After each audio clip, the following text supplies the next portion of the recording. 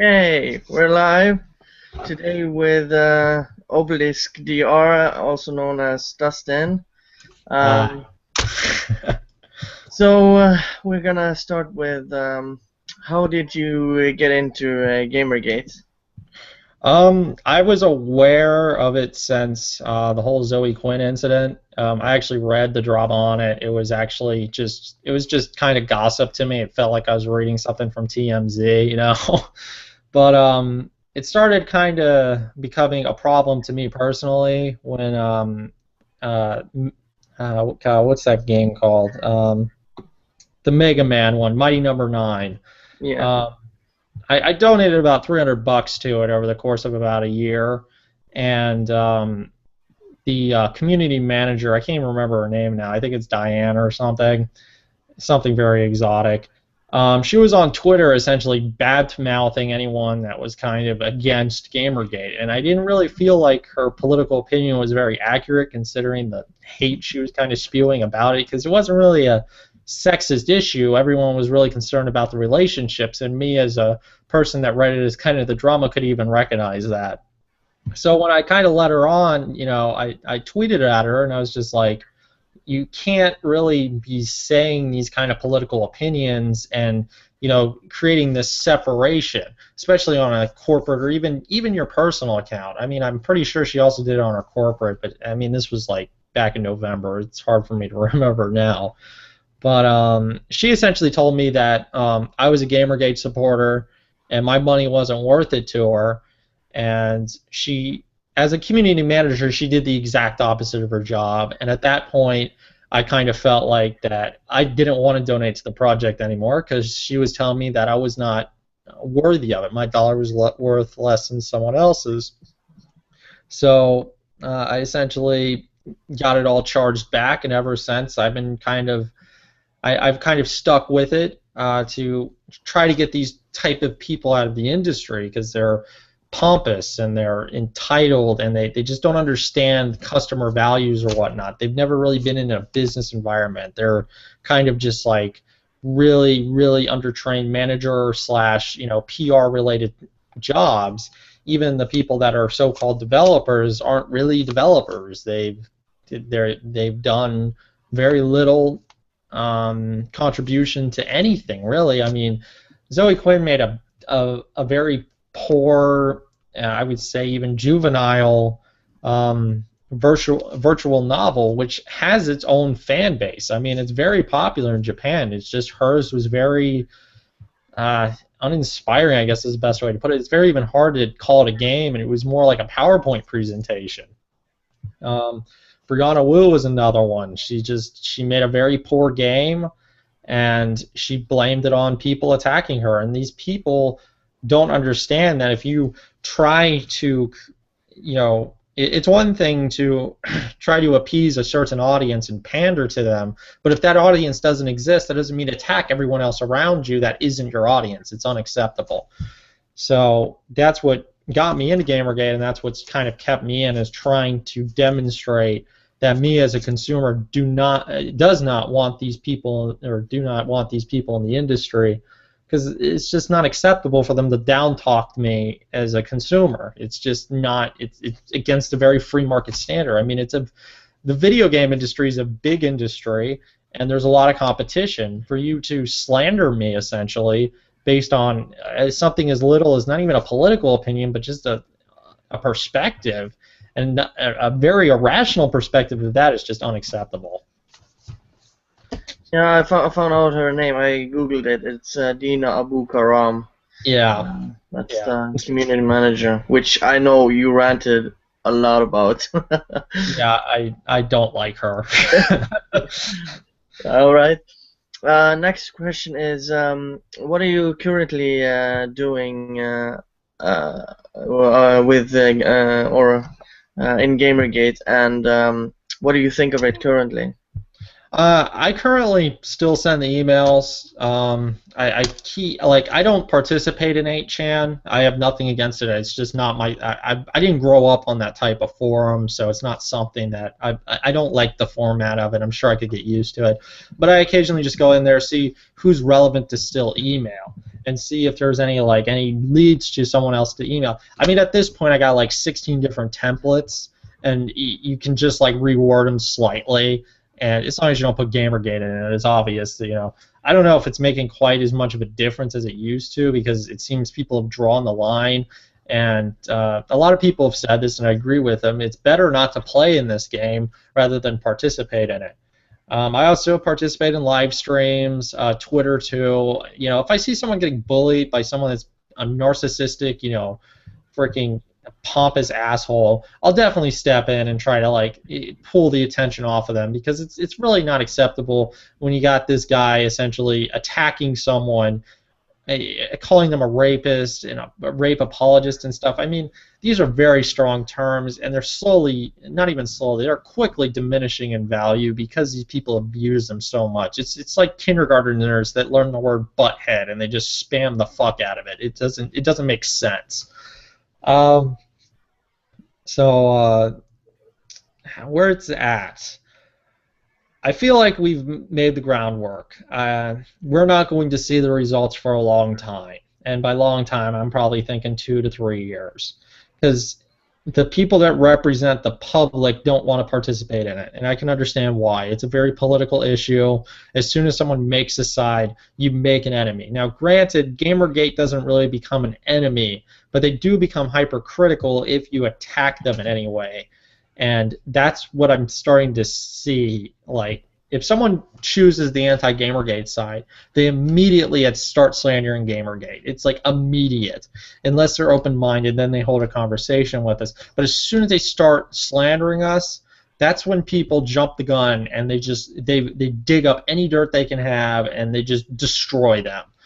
And I don't think we should be doing that, even if they do talk shit about us, But that's really hard to avoid. It's very hard to simply say, no, I'm just going to ignore it, because a lot of people feel like, no, I can't ignore it. I have to prove that this guy's a dumbass. And when someone says something wrong, you can correct them politely.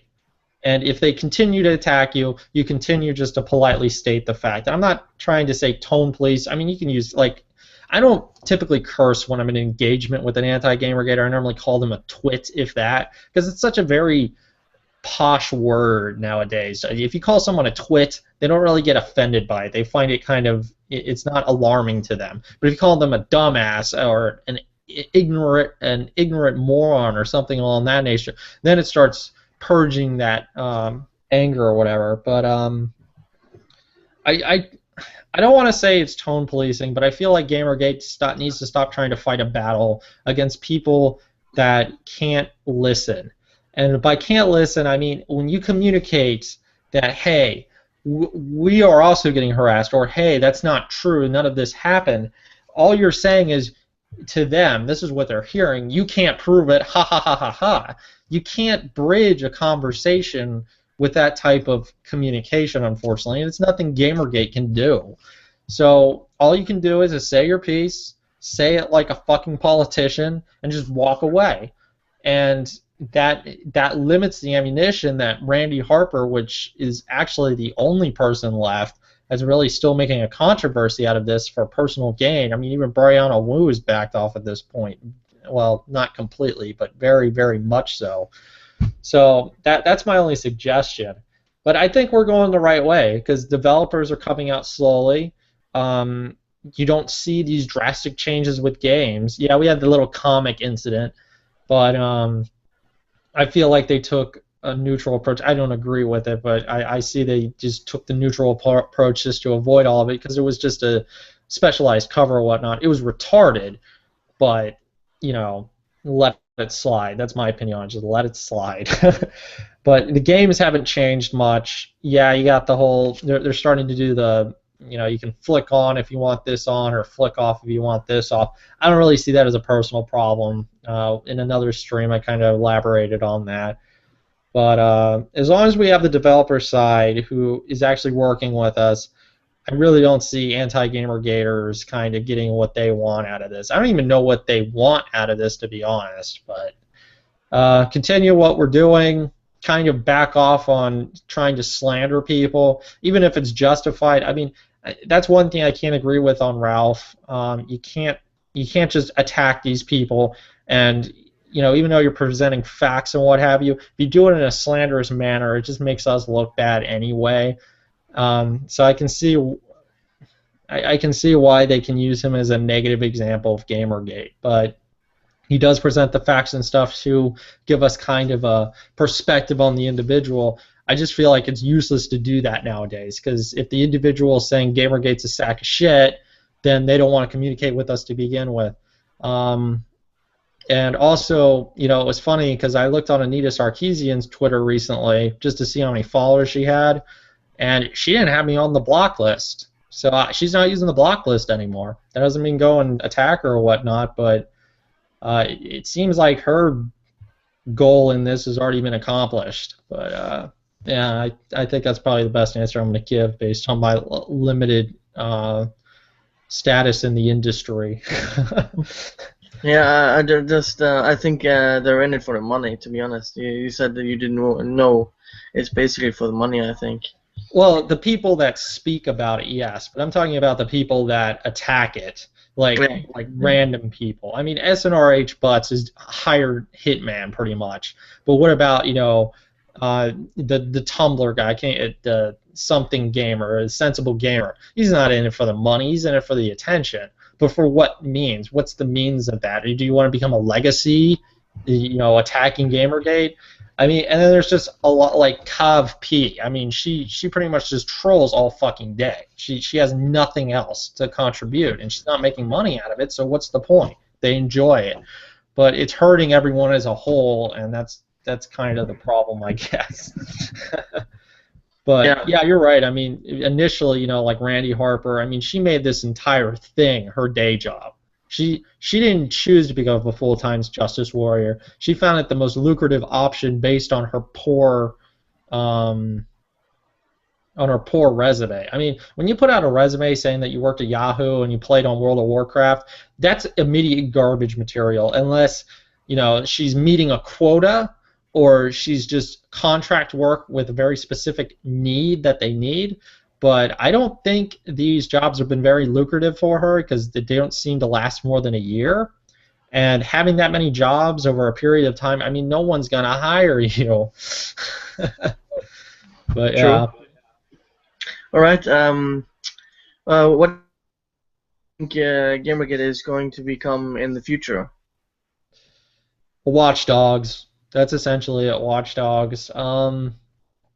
I can't speak like really elaborate on this, but in the Gamergate chats I do participate in, which I think is only one now because Skype's giving me problems, but I think I fixed it. But I have to double check that because there was other chats I was in, like game-related chats, that were still causing the problem. But there was a lot of drama last night regarding a lot of infighting, and a lot of people believe that Gamergate's already dead. That how to put this, that the people that are becoming representative of Gamergate are spawning because of Gamergate are just as bad as the people that were already there. And I completely disagree with that, like completely, because at the moment we're seeing a generation that is very feely-teely, and colleges are seeing it as well. I mean, even the New York Times has acknowledged it at this point. And you're seeing these people that have limited experience in the industry, like 5, 6 years, maybe 10 maximum, versus these people that have been there for 30 to 40 years, and they're trying to change it to suit their special needs. And it's not going to happen. I mean, it's just not going to happen because the next generation that's coming in is a generation that we represent that don't give a shit about this. We want innovation. We want this. We want that.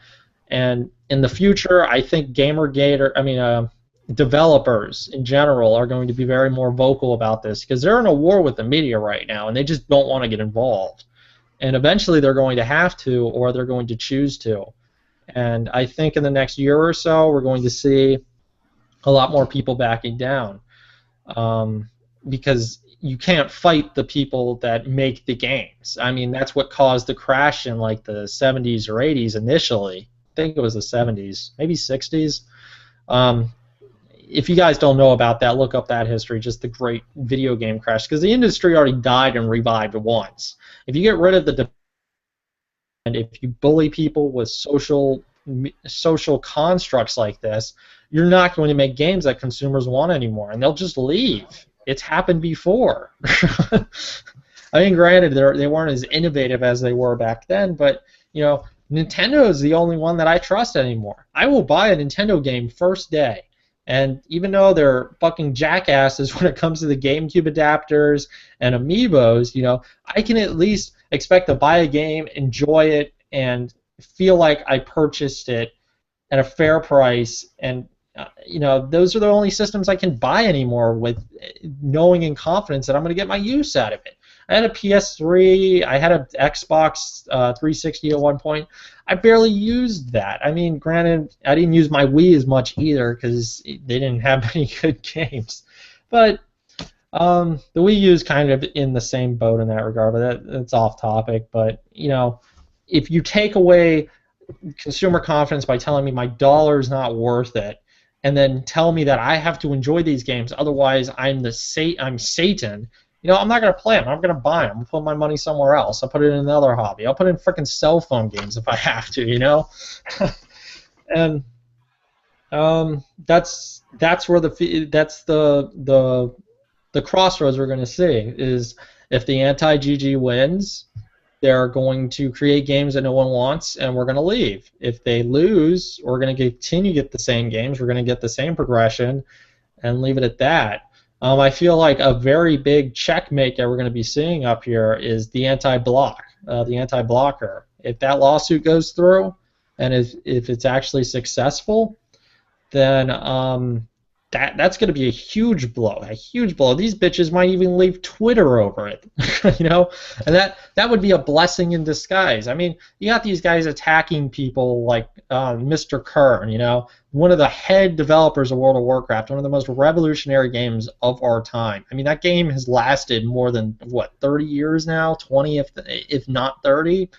And you're going to sit here and tell me this guy's, he hates all women and stuff? World of Warcraft is the one that set the MMO precedent, You have to give credit where credit is due. So, I guess, in my opinion, in a year or so, I'm very optimistic. I think the Blockbots is going to kick the bucket because I don't see it. Even if they transfer it over to the United States, it's not going to help that much.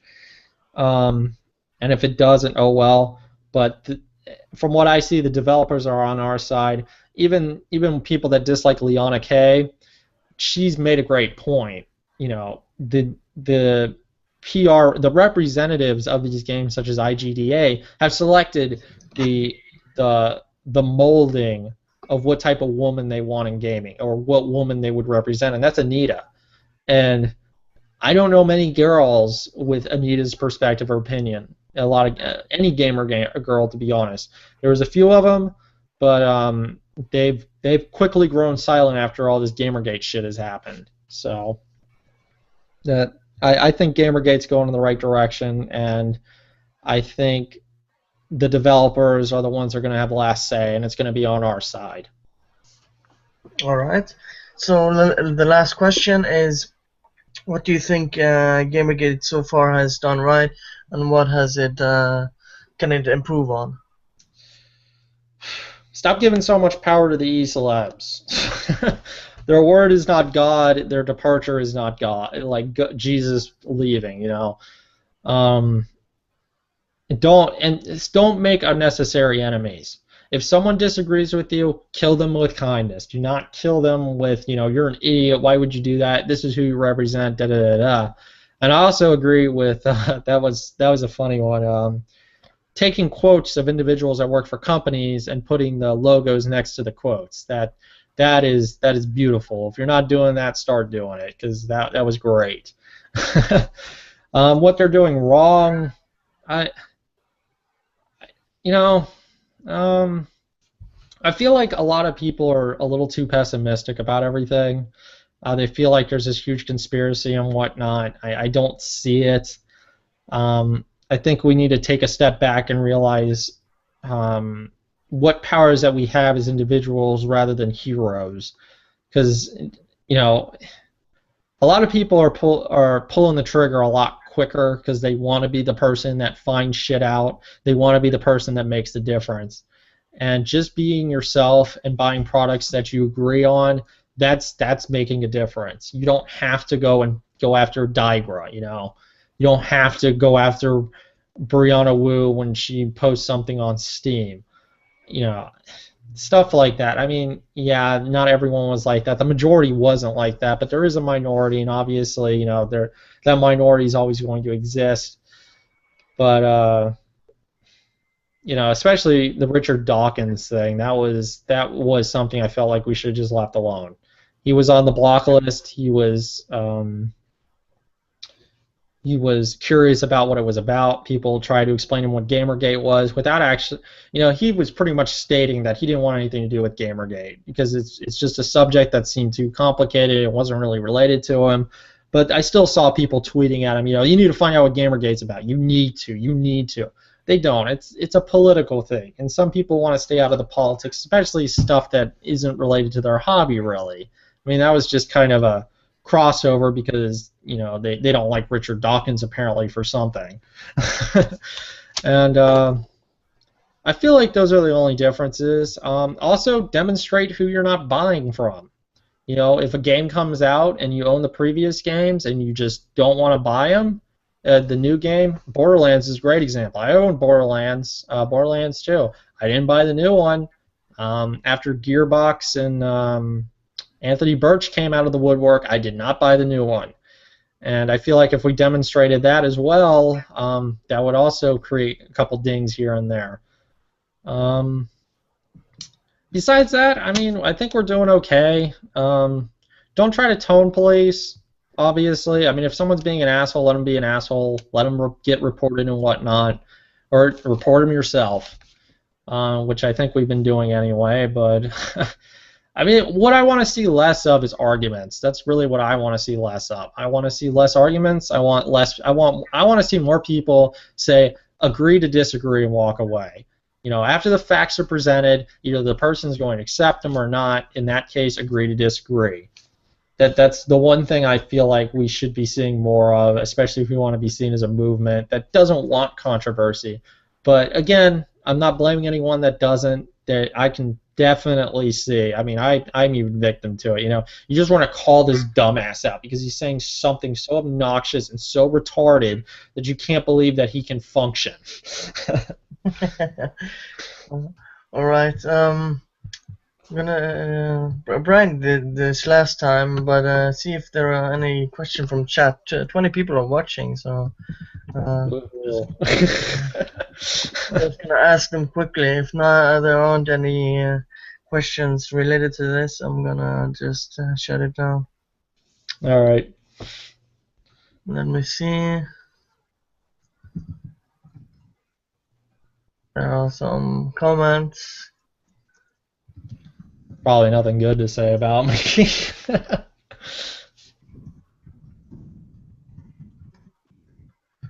I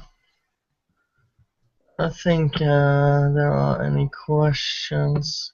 Gonna give them a few more seconds. I'm just gonna show this off. Shout out to my little happy birthday Pikachu. Yeah, well, just to inform people, you've been. Did you join the first one or? No, I was there for the first one. Yeah. Yeah, so you've been pretty much there since. When did I start my streams? In October or something? Yeah, I think it was like last week of September, first week of October, or something along those lines. Something like that. Well, because you've been there from the beginning, so yeah. For people wondering. No, well, yeah. Yeah, people want to thank you for doing the interview. So. Yeah. Well, thank you. I'm glad that is, you know, here's a phrase I think everyone should kind of take to heart. You as a nobody are more powerful than a somebody because your opinion does not have any, you know, history behind it. Your opinion is based on observation, and your observation is more important as a neutral, and that doesn't mean that not neutral like Stephanie neutral, but you know, if you don't have a stake in it, then your observation is more valuable than anyone that does. And I feel like being a nobody is more empowering in that regard. So just keep that in mind. You don't have to be somebody to make a difference. In fact, if you're not a somebody, you're probably more prone to power with your opinion than somebody that's just like, Milo, because he's appeasing the people that already listen to him, but he's just pissing off the people that already hate him. While you and I, if we say something, we don't have a stake in it. So besides being a consumer. So if someone else outside of the spectrum reads about what you have to say, they'll probably take your opinion more valuable than someone like Milo's. Just food for thought. I think we only got one question here from Des X, who's regular on the stream nowadays. The most memorable happening.